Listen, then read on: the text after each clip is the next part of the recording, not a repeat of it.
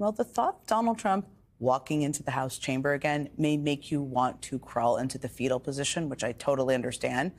That speech is actually where I want to start. And here's why. Because tomorrow night, he's going to give you his version of events. And I want to give you mine. Now, I could sit here and tell you all about the inner workings of how a big speech like this typically comes together in a White House, how the writing process typically works, how the preparation typically works, how the strategy typically works, what a president is thinking about in the days ahead, all of the things. I could talk about all of that. But the thing is, in this moment, that would all be pretty useless.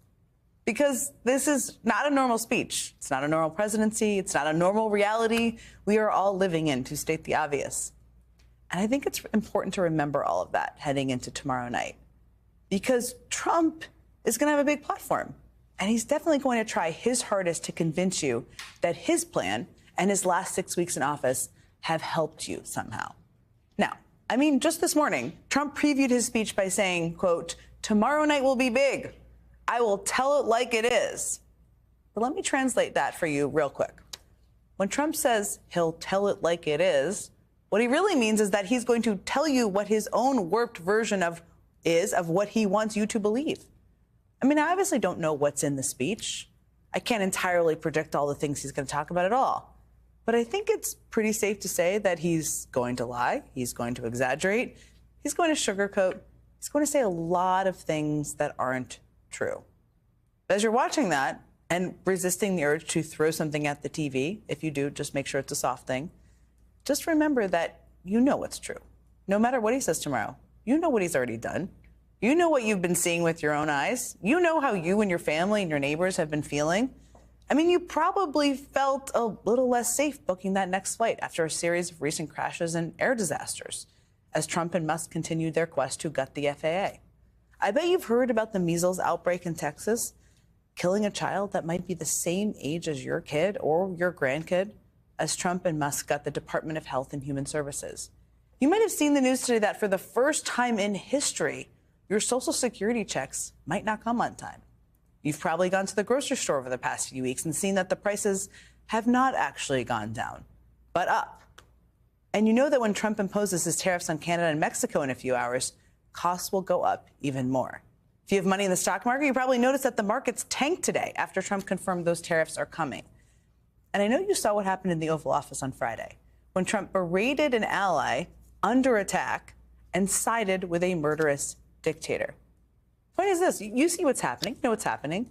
And if you spent the last few weeks worrying about what all of this means for you and what this means for the country and your community, you're not alone. I mean, you're in the majority, actually. Brand new polling shows that a majority of Americans say the State of the Union is not very strong. A majority of Americans say the cuts to the federal government are doing more harm than good. A majority of Americans say Trump has not paid enough attention to the country's most important problems.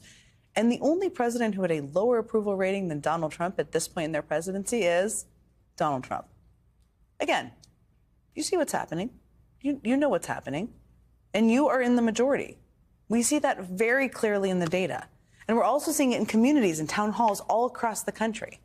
I mean, look at the greeting Vice President J.D. Vance got in Vermont over the weekend, when citizens crowded the streets carrying signs like "Democracy, not fascism," and my personal favorite, "Go ski in Russia, J.D." And listen to this chorus of boos at Congressman Keith Self's town hall in Texas over the weekend. Those programs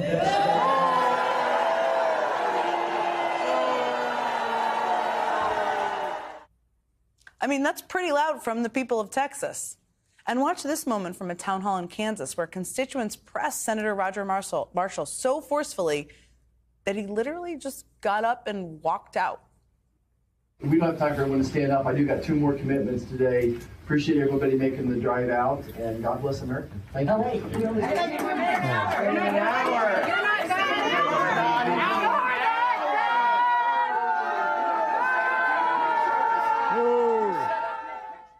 They seem a little displeased there in Kansas. And I want you to take a listen to one more. This is from Congressman Tom Suozzi's town hall over the weekend. And keep in mind as you're watching that, well, yes, he is a Democrat. He represents a very purple district. Listen, everybody's freaking out.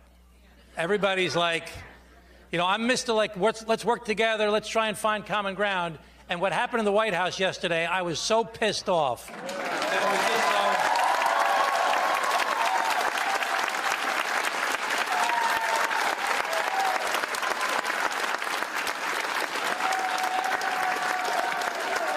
I knew you had to get that out of your system. I mean, he was referencing Donald Trump berating Zelensky, the president of Ukraine, in the Oval Office.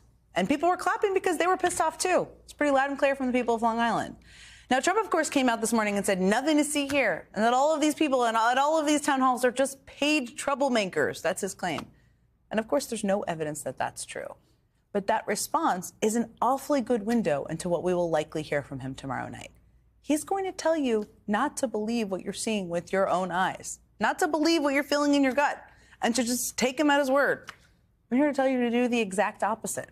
I'm here to tell you to trust what you've been seeing with your own eyes. Believe what you've been feeling in your gut, and know that you are definitely not alone.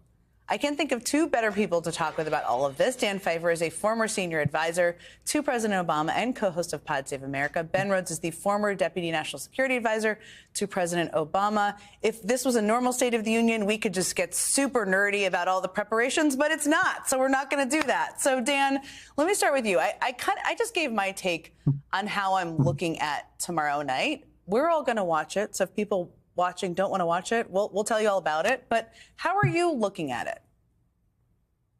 I think one of the big questions about this speech is everyone, people like us, the media, the Democrats in Congress, going to treat it like a normal speech, just a slightly more extreme version of a traditional State of the Union? Mm-hmm. When that's not what this is, right? Where we know what we're going to get is going to be gaslighting. We know that we are undergoing one of the most radical and dangerous, potentially unconstitutional changes in how America operates over the last 6 weeks here. And are we going to treat it as such? Or are we just going to get up there and critique what he says, say, maybe this wasn't exactly right, maybe this wasn't wrong, go through the strategy of it, and then come out with our talking points about the price of eggs, right? Or are we going to play a bigger game here and talk about what's really happening? And I think that's the question for all of us as we try to figure out, because we don't really have the vocabulary or the experience to really deal with what Trump is doing, with Elon Musk are doing to our country right now.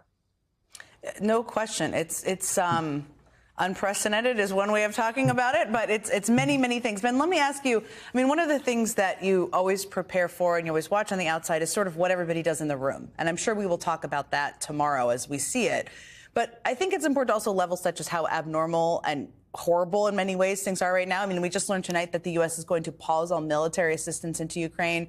I think we should expect anything in this moment, of course. But if Trump makes a big deal of that tomorrow night, are you expecting Republicans in the chamber are going to stand up and applaud? I mean, what should we be preparing for to the degree we even know in that regard?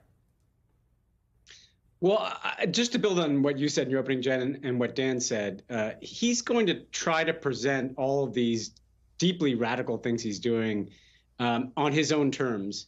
Yeah. And then there's going to be this instinct to digest them as if they're kind of policy shifts, right? So Ukraine, he will present what he's doing, berating President Zelensky in the Oval Office and cutting all assistance as a peace plan, and not as what it really is, which is a transformative event in American history where the United States is shifting from the side of our European allies to the side of Vladimir Putin. That's what it is.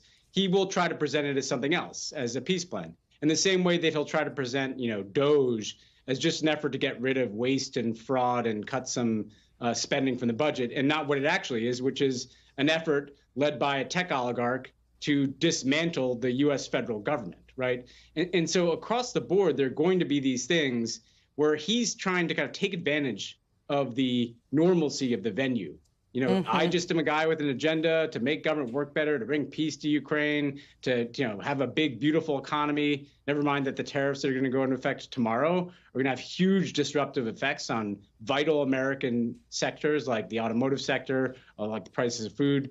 And so I think the Republicans, look, I have no hope for them. They'll stand and applaud. They'll salute Mr. Trump. They'll do whatever they have to do to avoid, some MAGA media coming after them. I think what we have to do is not give in to the normalcy of the event. We are living through a very abnormal thing that is happening, and we're going to be living through it for at least 2 years until the midterm elections. And I think that's how Democrats need to respond. And frankly, everybody who's in the kind of reality-based world, whatever their party affiliation, needs to respond. I mean, the man can read from a teleprompter if he needs to. I actually don't. I mean, the inauguration was so much crazier than the first inauguration, so that's not what I expect. But if anyone says he became president tomorrow night, I'm going to lay on the ground. So I hope that's not what happens anywhere. Dan, let me ask you just about Democrats, and because that is one thing Ben raised there, and also you referenced. I mean, the vernacular and the how exactly to fight back. It feels like everybody's kind of working out the kinks of what works and what doesn't work. Some Democrats are not showing up. Some are doing alternative events. Some are bringing federal workers who have been fired. What do you think they should do? I mean, all of the above, honestly, which is, I think, for much of we're getting better. We should stipulate the Democrats are getting better than they were a few weeks ago. But as a party, we've been so flummoxed by how to deal with Trump, because I think the results of the election, the degree of the shift in Trump's direction really sort of broke people's brains.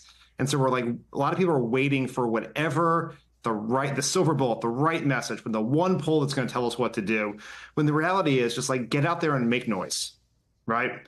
Get out, because right now, and this is, I think, the lesson of media in the Trump era is quantity is more important than precision in what you say. So go out there and try to get attention. My only piece of advice, I think, is don't play whack-a-mole. Try to tell one story about what Trump is doing. And the story that I would recommend is corruption.